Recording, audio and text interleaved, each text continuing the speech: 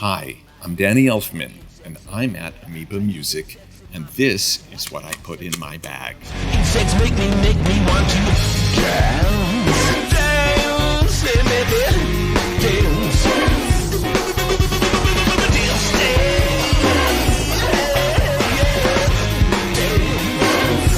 dance, and sex make me want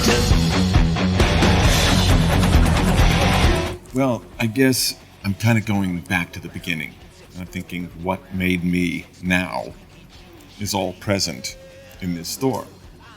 And all the different phases of my musical life is all spread out here, and I could spend 7 hours more looking through stuff.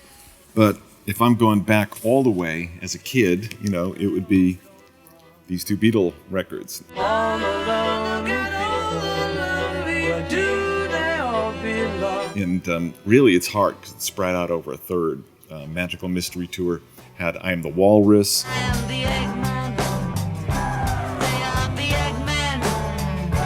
I am the walrus.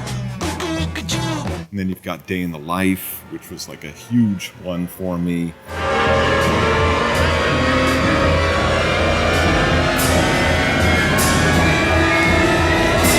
Eleanor Rigby. And these songs, now I'm not talking about songwriting influence. This is orchestral influence that you'll hear in my music now, because I was influenced by the string arrangements.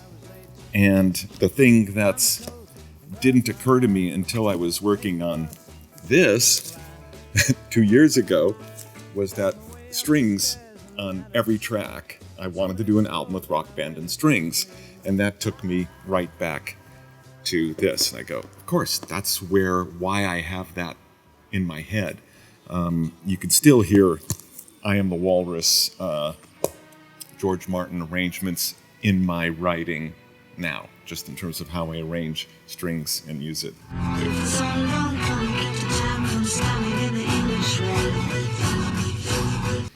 And so that was my 60s into the early 70s. That was being like a kid. And then I get to high school, and oh my God, my world turned totally upside down with the combination of Stravinsky, the Rite of Spring, and Duke Ellington.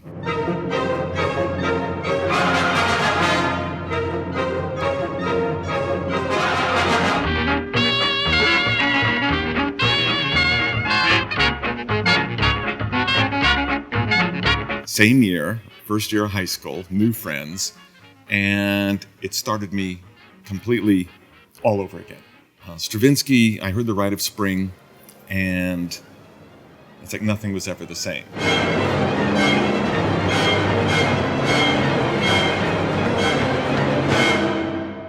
That just opened up a huge door for me, which then, took me down many other roads. This was a big one. Prokofiev, Lieutenant Kije.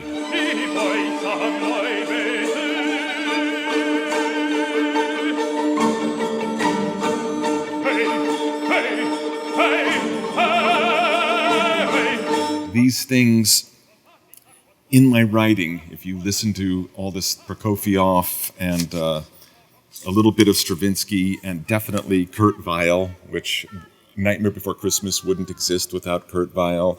Muss es möglich sein, auf armen Leuten vom großen Brotleib sich ihr Teil zu schneiden. That's Lottie Lenya doing Three Penny Opera. Sally's song is a total ode to Lottie Lenya in this Three Penny Opera.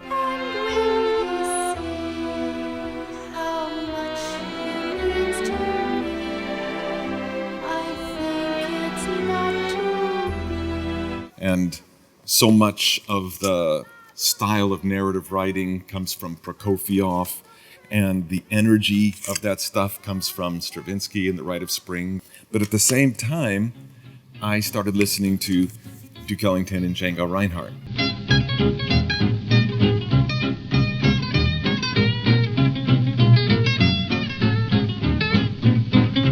And I got into performing. My first arrangements were Duke Ellington. And that's how I taught myself to write music.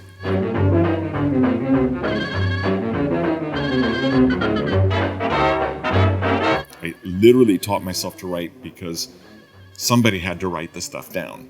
And I was with a theater troupe, musical theatrical troupe, and it's too long of a story, but I transcribed Duke Ellington songs to perform live with this troupe. And with this Django Reinhardt and the Hot Club of France, he had a violinist, a gypsy violinist named Stefan Grappelli.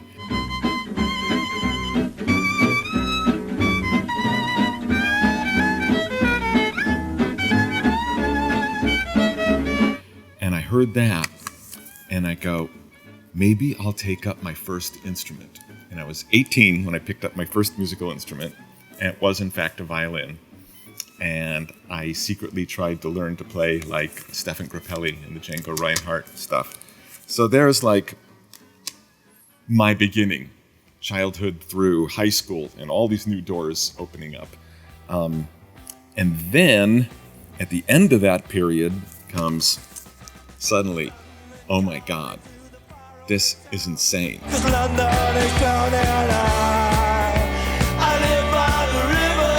London Calling, I still think, is one of the best single songs of the century. It's just, of course, everybody's going to have their own version of that. Nobody will ever agree. But for me, London Calling and this XTC album. Life begins at the heart, boys and girls. I heard that. And suddenly, along with this madness,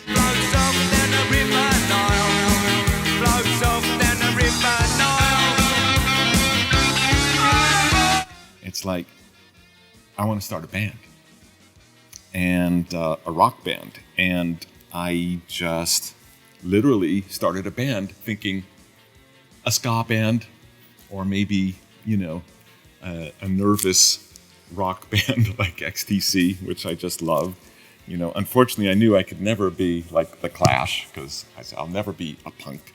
I was already an old man. I was 27, when I made this decision. So I already felt like a senior citizen. And finally, heading into then further into the 80s, and this album was huge for me. It's David Bowie, Scary Monsters.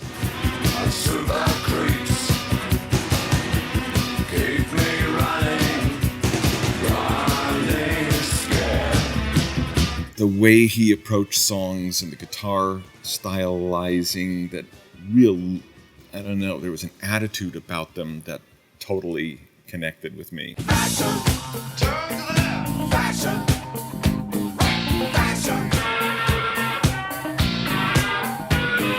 This was a landmark album for me. Amazingly, in the 70s, I lived in my head back in the early part of the century, long before I was born. I didn't want to listen to music recorded after 1935. I said, that's it. All the good stuff was done before 1935. And then suddenly, Madness and XTC and then David Bowie, it's like, no, not any longer. And this really got under my skin in a big way.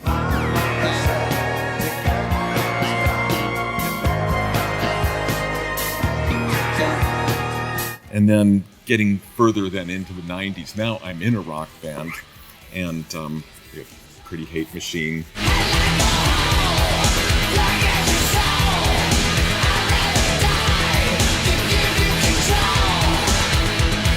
Downward Spiral, which wasn't here, but that was like a really big thing, So from taking me through my childhood into the 90s, when I was a young man now in a rock band, that pretty much was my journey, along with lots of other stuff, but I couldn't bring like 99 pieces of vinyl here, but a lot of world music, a lot of music.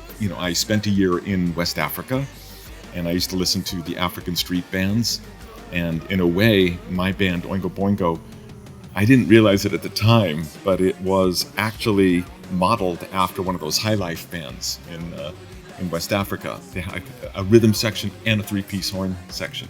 All the bands I saw there always had a horn section.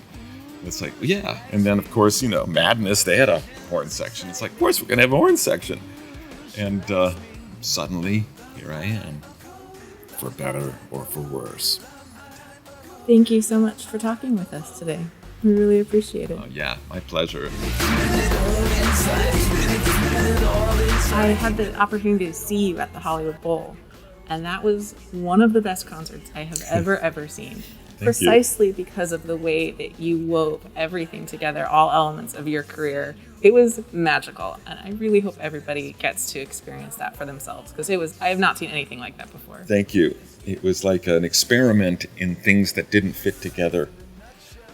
Literally, it was an experiment after not performing for a quarter century plus at Coachella, the previous April.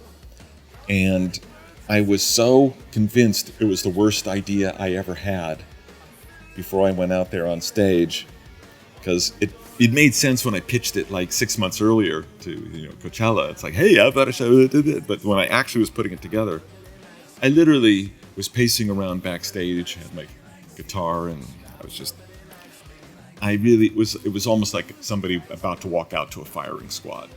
That's what I felt like. I said, all right, I've created a train wreck. Now I've just got to get in the train and wreck it.